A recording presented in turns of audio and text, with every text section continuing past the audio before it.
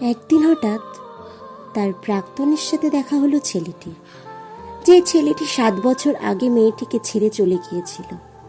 সেদিন মেয়েটি অনেক কেঁদেছিল, হাত জোর করে ছেলেটিকে অনুরোধ করেছিল যেন সে তার কাছেই থেকে যায়।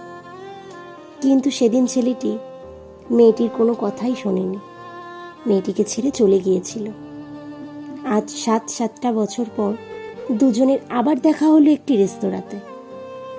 দুজন দুজনকে দেখে বেশ অনেকটাই চমকে গিয়েছিল। তারপর তাদের মধ্যে শুরু হলো কথোপকথন। তুই এখানে কেমন আছিস?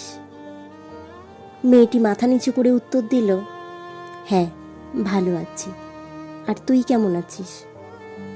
ছেলেটি বলে, বেঁচে আছি, বেঁচে থাকার মতো করে। মেয়েটি তখন অবাক হয়ে যায়।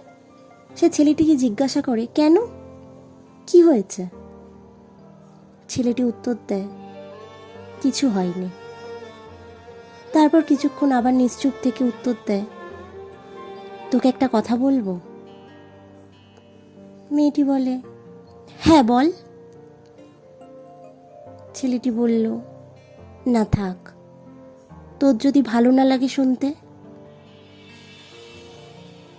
মেয়েটি তখন ছেলেটির দিকে তাকিয়ে বলল, বল না, কি বলবি? খারাপ লাগবে কেন আমার, বল।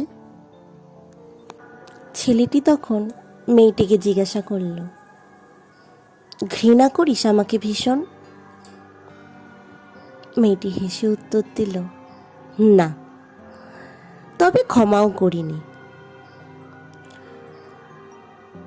ছেলেটি বলে, 7টা বছর কেটে গেছে, তাও এখনই কি আমাকে তোর প্রাক্তন হিসেবেই দেখিস, নাকি আর অন্য 5টা অপরিচিতদের মতো?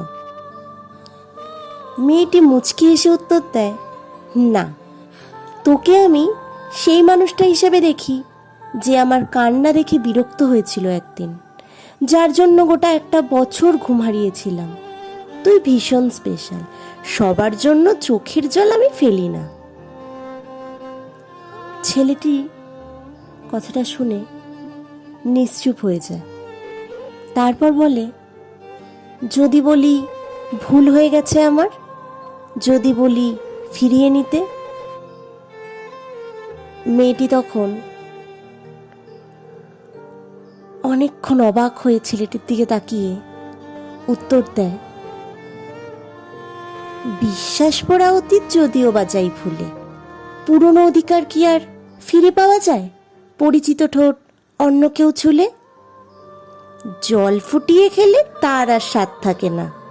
যাই হোক, উঠি এবার। আর একটা কথা, কাউকে ততটাই আঘাত করিস যতটা নিজে সহ্য করতে পারবি।